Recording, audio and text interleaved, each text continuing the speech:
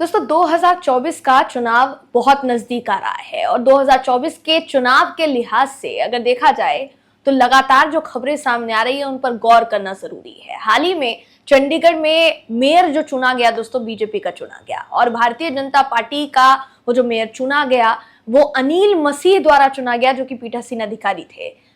CCTV footage viral हो गया। CCTV footage viral होने के बाद मामला कोर्ट तक पहुंच गया। जब कोर्ट पहुंचा तो अनिल मसीह से पूछताछ हुई और पूछताछ में पता चला कि उन्होंने खुद स्वीकारा है। जी हाँ, सुप्रीम कोर्ट में जब सुनवाई हुई और सीजेआई डीवाई चंद्रचूड़ साहब ने कतार लगाई सवालों की तो खुद अनिल मसीह ने ये बात स्वीकारी कि हाँ, बैलेट पेपर में उन्होंने छेड़छाड़ की थी। दोस्तों अब सबसे बड़ा सवाल देखिए यहाँ पर ये उठ रहा है कि अगर चंडीगढ़ मेयर चुनाव में धांधलीबाजी हो सकती है तो क्या 2024 के लोकसभा चुनाव में धांधलीबाजी नहीं हो सकती? पूरा विश्लेषण क्या है इस पूरे मामले पर दोस्तों इस खबर में आपको मैं बताऊं। नमस्कार, मेरा नाम है जयंती झा और आप देख रहे हैं दी कंटाप। दोस्तों अनिल मसीह पीठासीन अधिकारी चंडीगढ़ मेयर चुनाव जिन्होंने पूरा करवाया और चंडीगढ़ मेयर चुनाव में बीजेपी का मेयर जो है चुना गया था, लेकिन सुप्रीम कोर्ट के फैसले के बाद दोबारा आम आदमी पार्टी के मेयर को चुना गया है और आम आदमी पार्टी के साथ साथ कांग्रेस और आम आदमी पार्टी के जो वोट अवैध करार दिए गए थे अनिल मसीह द्वारा, उन सभी वोटों को सुप्रीम कोर्ट ने फिर से गिनने के बात कही कि जितने भी वोट हैं वो अवैध नहीं घोषित होंगे, उनको गिना जाएगा और उसके बाद ही बहुमत से आम आदमी पार्टी के जो प्रत्याशी थे उनको मेयर चुन लिया गया। दोस्तों इस पूरे मामले में अगर देखा जाए तो जिन जिन लोगों ने चंडीगढ़ मेयर चुनाव को बेहतरीन बताया था और एक आप कह सकते हैं कि भारतीय जनता पार्टी के चुने हुए मेयर को लोकतांत्रिक प्रक्रिया द्वारा चुना हुआ मेयर बताया था, उन सभी को सुप्रीम कोर्ट के फैसले के बाद इतना तगड़ा झटका लगा दोस्तों कि सबकी बोली नहीं फूट रही है, सबके सब चुप है, सबके सब खामोश है। चाहे वो सुशांत सिन्हा हो, चाहे वो हमारे देश के तथाकथित मेन स्ट्रीम मीडिया के बड़े बड़े चैनल्स हो या दूसरे चैनल्स हो, या फिर वो बीजेपी के लोग जिन्होंने अपनी पार्टी के मेयर के चुनाव के बाद बधाई दी थी, जिनमें जेपी नड्डा जी शामिल थे। तो इन सबको अब न जाने सांप सूंघ गया है कि क्या हो गया है दोस्तों, किसी का भी बयान अभी सामने नहीं आ रहा है। मगर जितने भी लोगों ने अभी तक इस पूरे मामले पर सुप्रीम कोर्ट के निर्णय का स्वागत किया है उन लोगों ने यही लिखा है कि भारतीय जनता पार्टी जो है, जो वो करना चाह रही थी वो नहीं हो पाया। लोकतंत्र की हत्या करने का प्रयास पूरी तरीके से हुआ, लेकिन कुछ हो नहीं पाया। दोस्तों इस वक्त मैं आपकी स्क्रीन पर आपको एबीपी का ट्वीट दिखा रही हूं। एबीपी के इस ट्वीट में क्या लिखा है इसको ध्यान से सुनिएगा, क्योंकि आपको पूरा जो विश्लेषण अभी मैं बताने वाली हूँ चुनाव आयोग के ऊपर वो इसी पर आधारित है। ये जो आलोक शर्मा का देखिए ट्वीट है, एबीपी न्यूज का वीडियो इन्होंने शेयर किया है। आलोक शर्मा इस डिबेट में नजर आए और उन्होंने लिखा है आलोक शर्मा ने कि चंडीगढ़ के मेयर चुनाव में सुप्रीम कोर्ट ने इंडिया गठबंधन के उम्मीदवार को विजयी घोषित किया। ये लोकतंत्र की जीत है, तानाशाही ताकतों को मुंहतोड़ जवाब है। इस ऐतिहासिक फैसले व लोकतंत्र की रक्षा करने के लिए सुप्रीम कोर्ट का बहुत आभार। एक तरफ जहां सुप्रीम कोर्ट का आभार जताया जा रहा है तो वहीं दूसरी तरफ बात की जाए चुनाव आयोग की तो चुनाव आयोग पर ढेरों सवाल खड़े हो रहे हैं दोस्तों। और अगर आप ध्यान से गौर से इसको देखें तो चुनाव आयोग की जिम्मेदारी बनती है, चुनाव आयोग के कंधों पर इस बात की जिम्मेदारी होती है कि चुनाव जो भी हो वो निष्पक्ष हो, किसी के भी एक पक्ष में पलड़ा भारी ना हो जाए, वरना चुनाव आयोग ही सवालों के कटघरे में खड़ा होगा। ऐसे में सवाल जो मैंने शुरुआत में पूछा कि अगर चंडीगढ़ में चुनाव में धांधलीबाजी हो सकती है तो क्या देश में लोकसभा चुनाव में धांधलीबाजी नहीं हो सकती? दोस्तों आपको याद होगा जब चंडीगढ़ में मेयर चुनाव संपन्न हुआ और 30 जनवरी को ये चुनाव संपन्न हुए तो वो भी हाईकोर्ट के निर्देश पर हुए थे।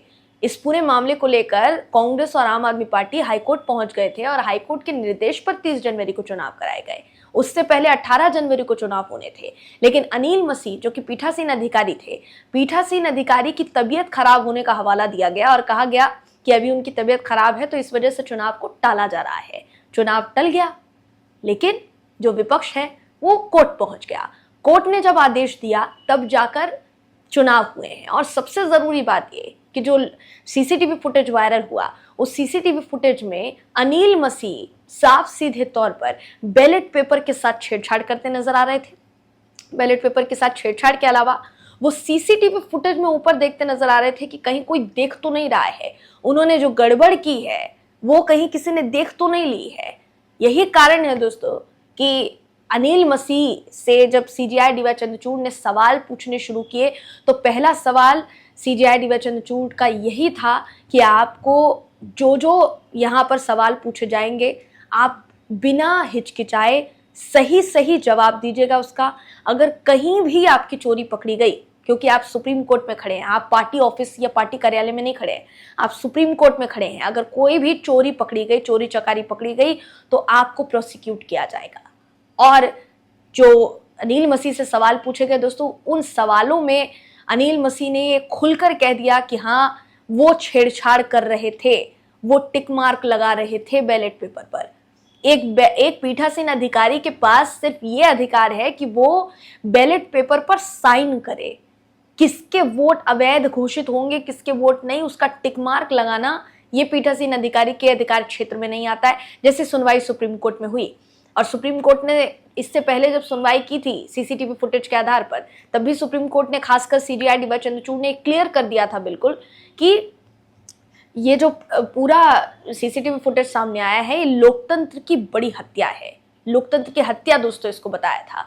तो आप सोचिए कि क्या चुनाव आयोग को जगाने के लिए अब फिर से सुप्रीम कोर्ट को ही लताड़ लगानी पड़ेगी, तभी ईवीएम और ये चुनाव प्रक्रिया जो है वो निष्पक्ष हो पाएगी।